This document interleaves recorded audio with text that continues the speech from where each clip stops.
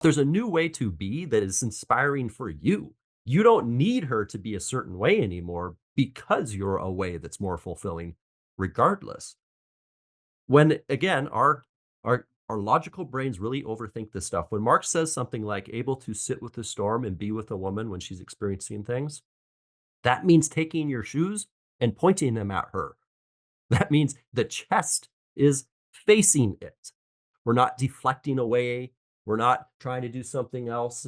We're not trying to uh, uh, uh, like get out of the line of fire, so to speak. We stay present towards it with our body. I had one client I was working with once where he said he would notice his one foot would start to turn to go out the door. He's like, oh boy, she's in a bad mood. He did like grab his leg and like put it back in the kitchen. He's like, oh no, I'm going to stay here actually and just be with this.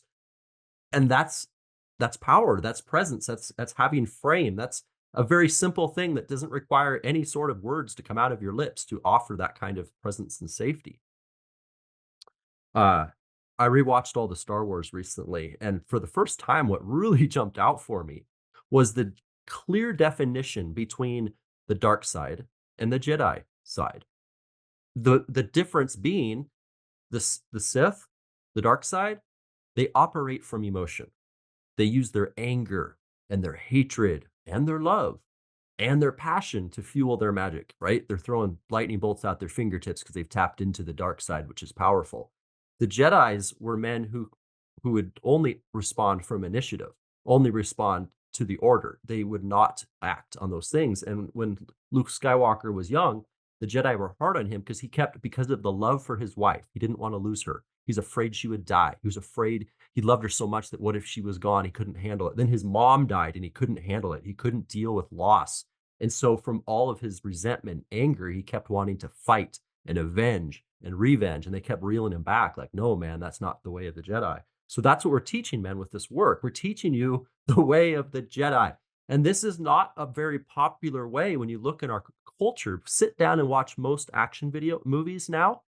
The main character, usually some injustice happened to him in his village, and now he's going to go out there and kick some butt and, prove that they are a strong little culture of people anyway and put those big dogs in their place. Like, it's pure revenge, it's pure hate, it's pure get even. Like, it is now glorified when a main character is operating from, pulling the sword and just with a scream of, basically fuck you, he charges out there and whoops butt. Like, that's a newer toxic way of stepping into power. The initiated man that Mark and I teach guys to be operates to a frame, to a value system, to things that are not going to ebb and flow based on what other people are doing with their life. It's a secure way to operate. And more specifically, it's not going to ebb and flow based on your emotions. Your emotions are irrelevant to your values. How you feel about doing something is completely secondary to the fact that you've decided in advance to do it by way of your value system.